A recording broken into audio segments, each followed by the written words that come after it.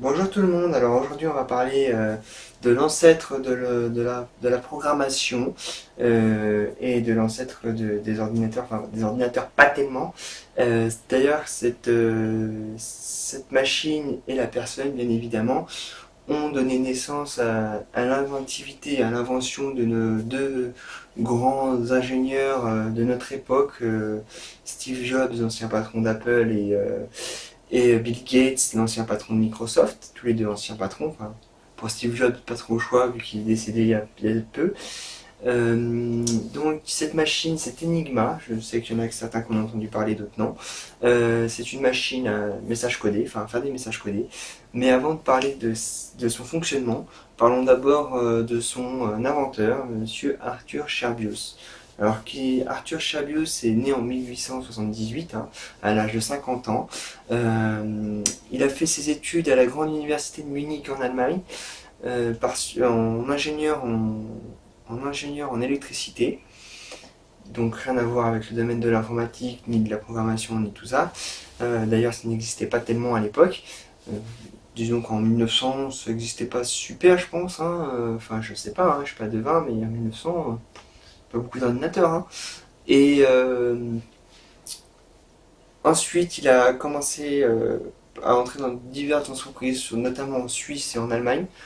Bon, ce qu'il a fait, passons, hein, de toute façon, on n'est pas là pour réellement savoir ce qu'il y a fait. Hein. Ce qui nous intéresse surtout, c'est son invention Enigma, hein, sa petite machine.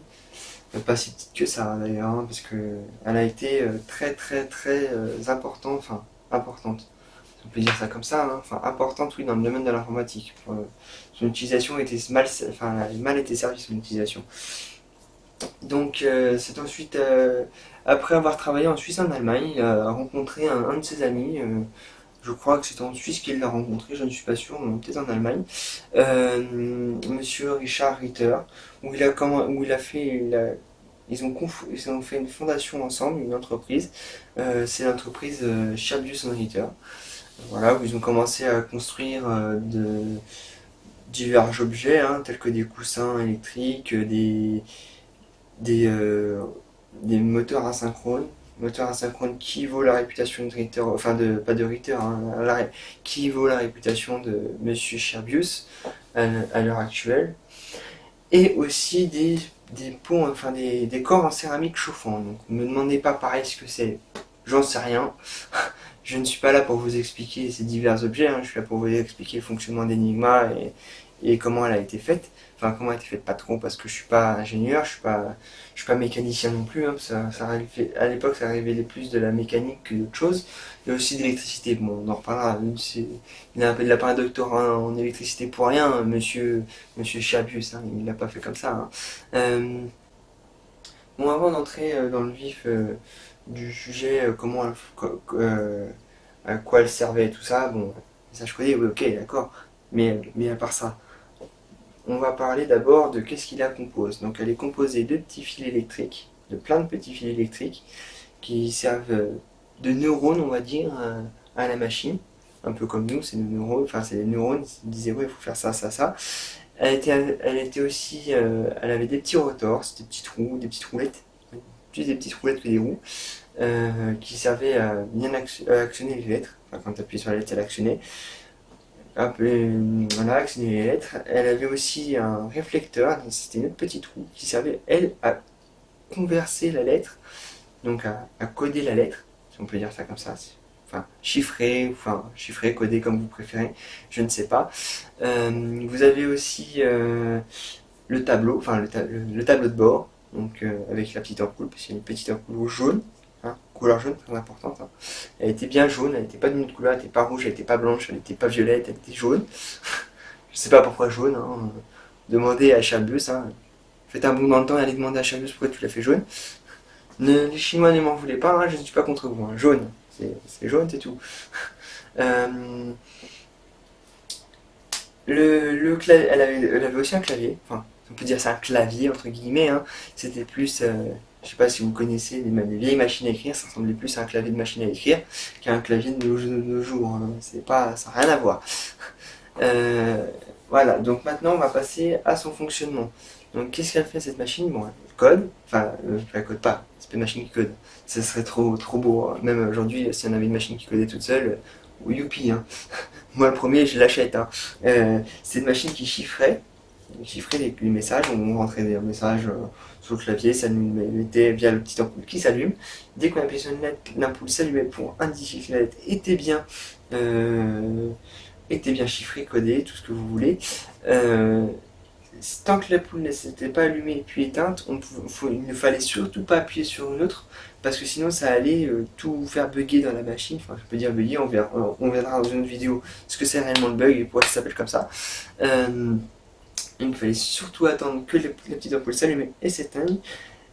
Voilà, parce que sinon ça faisait des catastrophes. Et là, vous allez me dire, mais ouais, mais c'est con cette machine, parce qu'il suffit de savoir comment elle a été, quel tableau de conversion elle a utilisé pour déchiffrer le message. C'est-à-dire, par exemple, si on sait que le A a été remplacé par un X et que le B par un S, ainsi de suite, et bah à la fin on connaît le message. Ouais, mais la machine, enfin, Sharpius c'était pas si con que ça, hein. Il était malin, il savait très bien que ouais, fallait trouver un moyen que chaque lettre n'était pas conversée forcément par la même lettre. Donc il a inventé avec son système de rotor justement, qui changeait à chaque fois qu'il tournait, et bah ça changeait à chaque fois. Par exemple, vous allez appuyer 3 fois sur une lettre A, bah, il va la machine avec ses rotors va tourner à chaque fois. Et le A il peut très bien euh, conversé par un premier X, après par un S, après par un Z. C'est pas A, ça va être X, X, X à chaque fois, ou Z, Z, Z, hein. C'est A, X, L, Z, I, F, c'est un truc aléatoire. Donc c'est pour ça que pour décoder, les interlocuteurs, pour décoder, ils avaient soit besoin de machines exactement configurées, pareil à la mouche près, si on peut dire la mouche près, hein, c'est une expression, hein. Il fallait qu'elle soit codée à millimètre près, ou alors il fallait qu'ils aient le tableau de conversion. Mais ça, c'était un peu plus risqué pour l'époque, en 1935-49, enfin 1939-45. C'était un peu chaud, hein, de faire transmettre des messages comme ça, par camion, des trucs comme ça, enfin, pour mettre des tableaux de conversion. C'était un peu chaud, donc valait mieux avoir une machine exactement configurée pareil, hein. Donc voilà, il fallait ça, sinon impossible de déchiffrer le message, hein. Sinon il fallait soit être un gros génie, soit être un gros chanceux. Dans tous les cas, à l'époque, c'était pas leur premier, leur première occupation, hein, surtout en 39-45. Bon, je sais que c'était les Allemands, enfin les nazis, hein, qui s'en servaient, c'est pas très très joyeux, mais là on n'est pas là pour parler de la guerre, on est là pour parler de la machine en elle-même.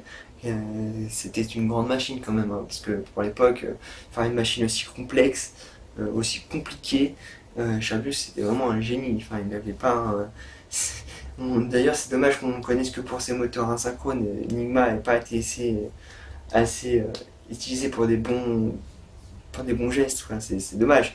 Ça aurait pu être une super machine, enfin une machine encore révolutionnaire. Voilà. Donc voilà, on a parlé de son fonctionnement, on a parlé de ses composants. Il ne nous reste plus rien à dire à part à plus dans une prochaine vidéo. Enfin, oui, à plus dans une prochaine vidéo. Je pense que la prochaine vidéo sera sur les bugs. Enfin, peut-être, hein, c'est pas dit, hein. Je sortirai peut-être une vidéo intermédiaire aux bugs, parce que les bugs c'est quand même assez récent. Enfin, assez récent. On va faire ça par ordre chronologique. Époque par époque, hein. On va passer d'une époque à une époque. Soit on va parler de ça, soit on va parler du premier ordinateur. Je pense que ça serait plus logique de parler du premier ordinateur. Bon, je vous dis à bientôt, laissez un petit pouce bleu si vous avez aimé, abonnez-vous à la chaîne en appuyant bien sur l'écran et envoyez-moi une notification à chaque fois que le youtubeur envoie une vidéo. Sinon ça sert strictement à rien, enfin ça sert juste à s'abonner, si ça sert quand même, mais bon, c'est mieux de savoir quand est-ce que la vidéo sort. Et voilà, un petit pouce bleu si vous aimez, petit commentaire si vous avez des suggestions à me proposer, enfin des méthodes pour m'améliorer, tout ça. Pouce rouge si vous aimez pas, hein. Pas de commentaires négatifs, enfin vous pouvez mettre des commentaires négatifs, pas des commentaires négatifs non constructifs, ouais. Du genre t'es qu'un gros connard, casse-toi, ça évitez quoi, je m'en passerai très bien. Des commentaires négatifs du genre ouais, le son est pas si bon, je fais comme ça, ouais ok. L'image pareil, bon l'image normalement elle devrait être bonne, normalement, hein. Voilà. Le son, bon, je fais des efforts, j'ai acheté un micro, Voilà, on parlera de mon setup plus tard, hein. C'est pas le moment, hein. Je m'achèterai un fond vert, pareil. Bon, allez, j'ai assez discuté. On se voit dans une prochaine. À plus.